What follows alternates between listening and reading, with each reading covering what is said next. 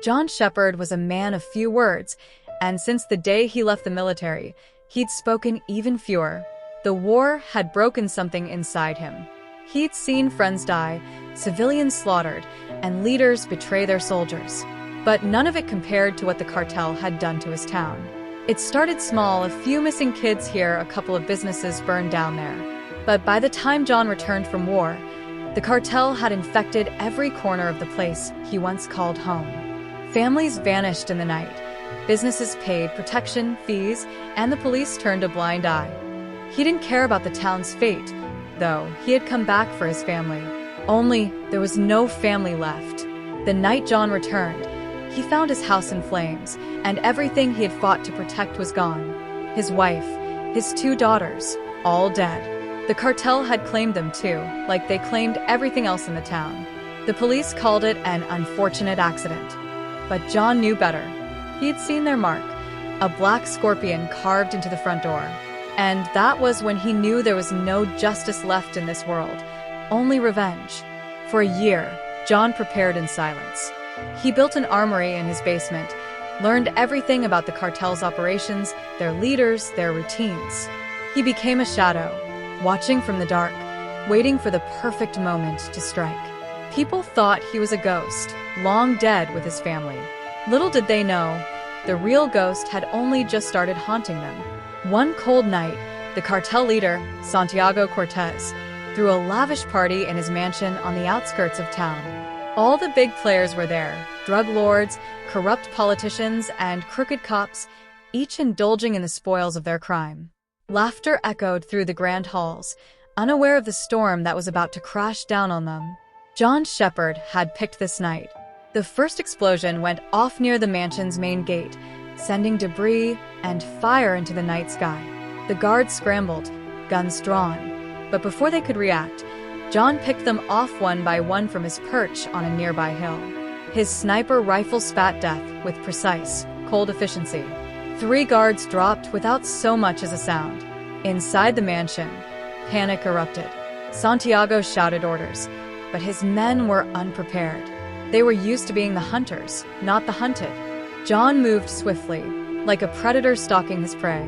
He slung his rifle over his shoulder and drew 2 pistols, storming the entrance in a hail of gunfire. Screams filled the air as bullets tore through flesh and bone. He didn't miss. Every shot was a kill shot. One by one, the men who had destroyed his family fell. Blood soaked the lavish carpets, and shattered glass crunched beneath John's heavy boots as he made his way deeper into the mansion. "Who are you?" one of the cartel's top lieutenants whimpered as he cowered in a corner. John knelt beside him, his voice low and deadly. "I'm the man you should have never crossed." With a single shot, the lieutenant's head snapped back, and his body slumped lifeless to the floor. John wiped the blood off his hands and moved forward, deeper into the chaos. Santiago was waiting for him in the main hall, flanked by his remaining men. The cartel boss sneered, raising his weapon. "You think you can just walk in here and kill us all?" John stared him down, his face unreadable. "I don't think. I know."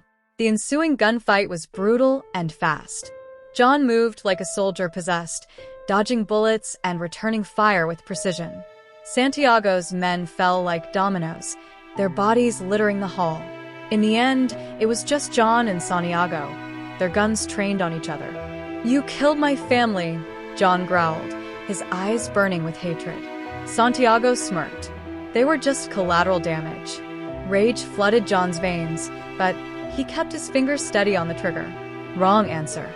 In the blink of an eye, John fired. The bullet ripped through Santiago's chest, and he crumpled to the floor, gasping for breath. John stood over him, his expression cold and unfeeling. You think this will end it?" Santiago rasped, blood bubbling from his lips.